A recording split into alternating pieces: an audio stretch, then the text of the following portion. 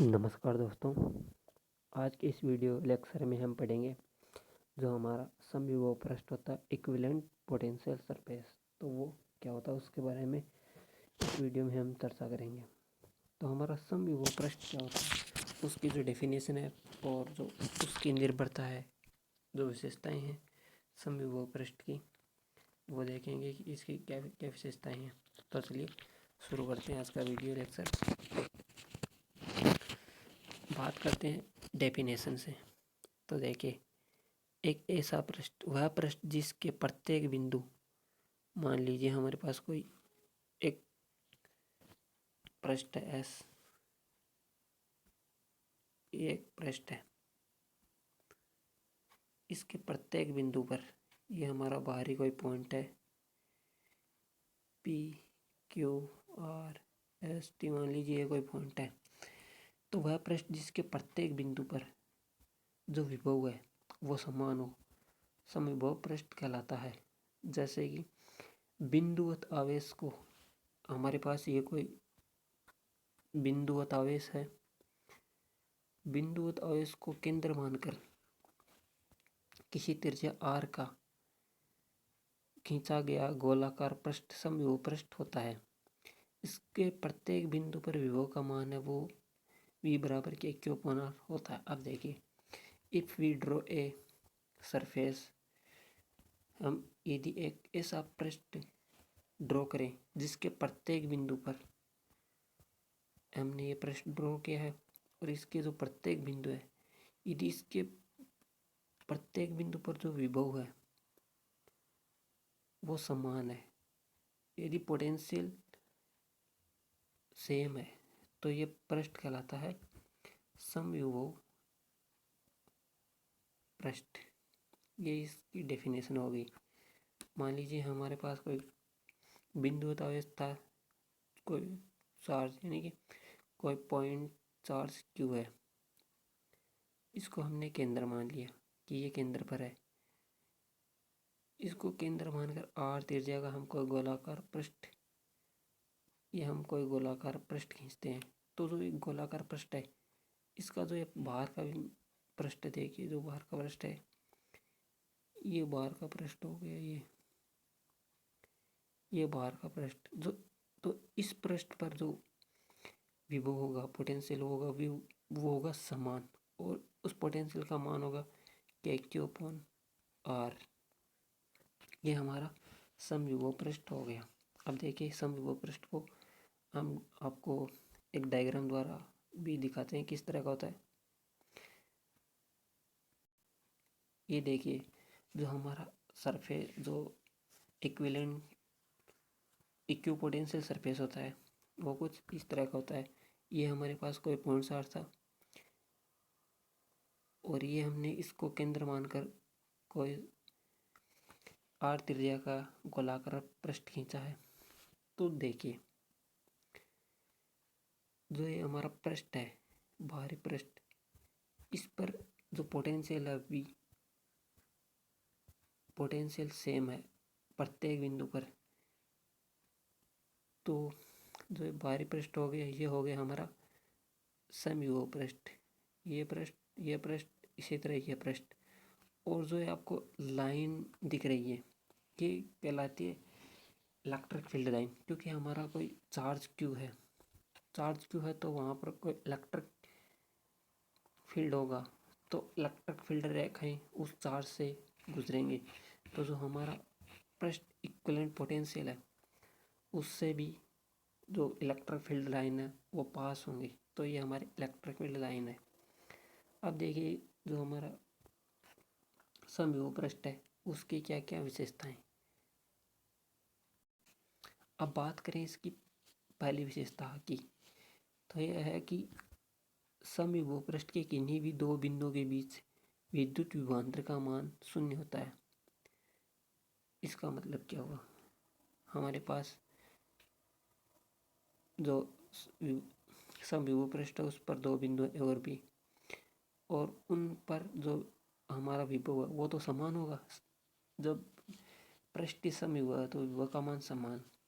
अब देखिए, जो विभवांतर है, विभव का अंतर, जो विभवांतर होगा V A minus V B equals to 0। इसका अर्थ क्या हुआ? इसका अर्थ है कि जो हमारा समविभव पृष्ठ है उस पर जो विभवांतर है वो शून्य होता है। अब देखिए जो अगली विशेषता है वो क्या है कि समविभव पृष्ठ पर आवेश को एक बिंदु से दूसरे बिंदु तक विस्थापित करने में किया गया कार्य का मान है वो शून्य होता है। अब हम इसको प्रूव करते हैं कि ये शून्य क्यों होता है। जो समविभव पृष्ठ पर यदि दो आवेश है हमारे पास तो उनको विस्थापित करने में किया गया कार्य है वो 0 किस तरह होता है। अब देखिए जो हमारा विभवांतर होता है v बराबर विभवांतर, देखिए आप जो विभवांतर होता है विभव का अंतर वो होता है कार्य बट्टा आवेश, कार्य बट्टा आवेश। अब जब कार्य है वो हमें ज्ञात करना है तो आप इस आवेश को इधर मल्टीप्लाई कीजिए तो कार्य कितना है, कार्य बराबर आवेश इंटू विभवांतर, ये हमारा विभवांतर हो गया। और हमने पहली विशेषता से जाना था कि जो विभवांतर है उसका मान 0 होता है समविभव पृष्ठ पर। तो विभवांतर 0 है तो हमारा जो कार्य होगा वो भी 0 होगा। तो इससे प्रूफ हो गया कि जो समविभव पृष्ठ है उस पर यदि दो आवेश रखे हैं तो उनको यदि हम विस्थापित करना चाहते हैं तो वहाँ पर हमें कार्य जो करना पड़ेगा उसका मान होगा 0। अब देखिए जो हमारी अगली विशेषता है नंबर 3 वो क्या है। बात करते हैं तीसरी विशेषता। तो यह क्या है कि समविभव पृष्ठ उस पर जो विद्युत क्षेत्र की तीव्रता है वो पृष्ठ के लंबवत होती है। जैसे कि मैंने आपको डायग्राम से दिखाया था जो हमारी इलेक्ट्रिक फील्ड लाइन है वो ये हमारी इक्विपोटेंशियल सरफेस है तो ये लाइन है ये इस पर परपेंडिकुलर है इक्विपोटेंशियल सरफेस पर। तो यही बात हम थर्ड जो हमारी विशेषता होगी उसमें करेंगे कि क्या ये होती है सरफेस के लंबवत। तो देखिए समविभव पृष्ठ पर जो विद्युत क्षेत्र की तीव्रता E वो परपेंडिकुलर होती है समविभव पृष्ठ पर। अब देखिए जो हमारा समविभव पृष्ठ है उस पर किया गया कार्य कितना हो गया 0। और हम जानते हैं हमारा कार्य कितना हो गया work equals to force into displacement, force हमारा F डिस्प्लेसमेंट dr वेक्टर। अब ये हमारा डॉट है तो डॉट को हटाएंगे तो F dr कोस थीटा। अब देखिए ये हमारी इक्वेशन मान लीजिए equation number 1 W equals to F D R cos theta. देखिए हमारे पास जो इक्वेशन है वही W equals to F D R cos theta. अब हम जानते हैं जो हमारा फोर्स होता है वो होता है आवेश इंटू तीव्रता। जो हमारा बल है फोर्स इक्वल्स टू आवेश मल्टीप्लाई तीव्रता। फोर्स इक्वल्स टू आवेश कितना हो गया Q नोट और तीव्रता इलेक्ट्रिक फील्ड की जो तीव्रता होगी वो E। विद्युत क्षेत्र की तीव्रता हम जानते हैं E, तीव्रता को E से रिप्रेजेंट करते हैं तो ये तीव्रता होगी। अब देखिए जो हमारी तीव्रता होती है विद्युत क्षेत्र की जो तीव्रता होती है वो E इक्वल्स टू आवेश इंटू F। यदि हम फोर्स ज्ञात करना चाहते हैं तो ये हमारा फोर्स ये जो इलेक्ट्रिक फील्ड की तीव्रता वो होती है फोर्स डिवाइड बाई चार्ज।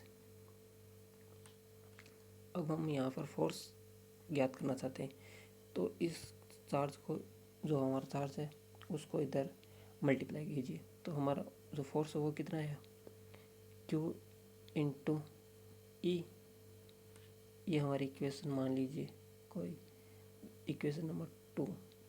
अब जो हमारी इक्वेशन 2 है उसको 1 में पुट कीजिए। हमारी इक्वेशन नंबर 1 थी W equals to F D R cos theta, और हमने जो हमारा फोर्स है वो आया चार्ज इनटू इलेक्ट्रिक फील्ड की जो तीव्रता, वो फोर्स की जगह हम लिख सकते हैं Q dot E D R cos theta. अब देखिए जो हमारी इक्वेशन नंबर ये आ गई हमारे पास 3, और हम जानते हैं जो हमारे इक्विपोटेंशियल सरफेस है उस पर जो वर्क डन होता है वो 0 होता है, तो हमारा जो कार्य 0 है, तो हमारी इक्वेशन नंबर जो 3 है उसको हम 0 के इक्वल करते हैं कोस थीटा डी थीटा। तो अब देखिए जब हम जो हमारा वर्क डन है उसको 0 पुट करते हैं तो जो इक्वेशन आती है वो आएगी Q E D R cos theta equals to 0।